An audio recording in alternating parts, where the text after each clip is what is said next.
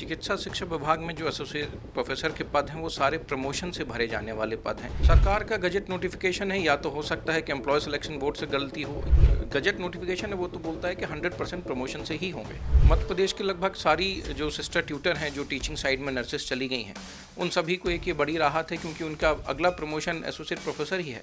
मध्य प्रदेश के चिकित्सा शिक्षा विभाग में एसोसिएट प्रोफेसर्स की भर्तियों पर हाई कोर्ट ने एक बड़ा निर्देश दिया है, बड़ा आदेश सुनाया है। दरअसल हाई कोर्ट की ओर से एसोसिएट प्रोफेसर्स भर्ती की जो परीक्षा हुई थी उसका रिजल्ट डिक्लेयर करने पर रोक लगा दी गई है। एक बेहद महत्वपूर्ण ये मामला है और इसकी जानकारी देने के लिए इस वक्त मेरे साथ सुयश मोहन गुरुजी हैं। इस मामले में याचिकाकर्ताओं के अधिवक्ता भी हैं और deputy solicitor general of India भी हैं। इस मामले में सर आपने याचिकाकर्ताओं का जो पक्ष रखा था, हम ये समझना चाहते हैं कि एसोसिएट प्रोफेसर्स के भर्ती जो हुई है चिकित्सा शिक्षा विभाग में, उसके रिजल्ट डिक्लेयर करने पर रोक कोर्ट ने क्या कहते हुए लगाई है और आपने क्या चैलेंज किया था इस पिटीशन में? चिकित्सा शिक्षा विभाग में जो एसोसिएट प्रोफेसर के पद हैं वो सारे प्रमोशन से भरे जाने वाले पद हैं। ये 2024 का उनका गजट नोटिफिकेशन है जिसमें इन सारे पोस्ट को प्रमोशनल पोस्ट बोला गया है, जिसके लिए हमने याचिका लगाई थी। ये बोलते हुए लगाई थी कि जो सिस्टर ट्यूटर हैं, जो क्वालिफाइड हैं एसोसिएट प्रोफेसर बनने के लिए, उनके प्रमोशन के रास्ते बंद हो जाएंगे, जिसका संज्ञान लेते हुए आज हाई कोर्ट ने उसके रिजल्ट डिक्लेयर ना करने पर रोक लगाई है। जी, लेकिन ऐसी विसंगति का आपको क्या आधार समझ में आता है, जबकि आप बता रहे हैं कि प्रोविजंस ऐसा कह रहे हैं कि प्रमोशनल ही ये पोस्ट है, तो किस तरह से किस स्तर पर गड़बड़ी? सरकार का गजट नोटिफिकेशन है, या तो हो सकता है कि एम्प्लॉय सिलेक्शन बोर्ड से गलती हो, या हो सकता है कि जो उनको नियुक्त प्रक्रिया करने के लिए जो भेजा गया हो चिकित्सा शिक्षा विभाग से, उनकी तरफ से कोई गलती की गई हो। पर जो गजट नोटिफिकेशन है वो तो बोलता है कि 100% प्रमोशन से ही होंगे।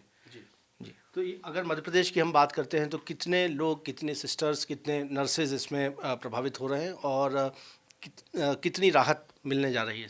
मध्य प्रदेश के लगभग सारी जो सिस्टर ट्यूटर हैं, जो टीचिंग साइड में नर्सेस चली गई हैं, उन सभी को एक ये बड़ी राहत है क्योंकि उनका अगला प्रमोशन एसोसिएट प्रोफेसर ही है।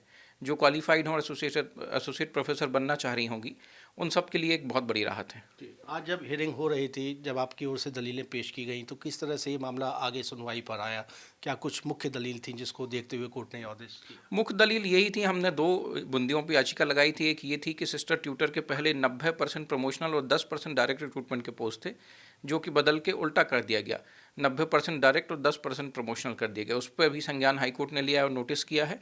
और दूसरा हमारा कहना था कि एसोसिएट प्रोफेसर जो कि प्रमोशन की भर्तियां हैं, उस पर आप डायरेक्ट रिक्रूटमेंट कर रहे हो तो जो सिस्टर ट्यूटर एलिजिबल हैं वो डिस्क्वालीफाई हो जाएंगे, उनका आगे कोई प्रमोशन ही नहीं होगा। तो इन दोनों चीज़ पर हाईकोर्ट ने संज्ञान लिया है। जी, और अब इस मामले पर किस तरह आगे सुनवाई बढ़ेगी? नोटिस किस किस को इशू किए? सरकार को और एम्प्लॉय सिलेक्शन बोर्ड दोनों को नोटिस गए हैं। उनको 2 हफ्ते में जवाब देने के लिए बोला गया है और मार्च में अगली डेट नियत की गई है।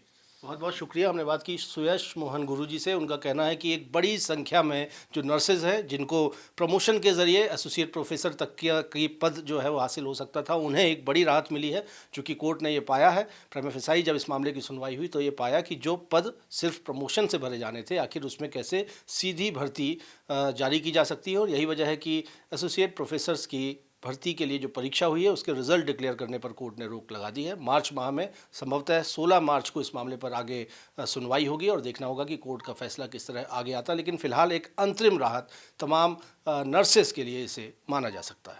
कैमरामैन सतीश सराठे के साथ विजेंद्र पांडे, IBC 24 जबलपुर।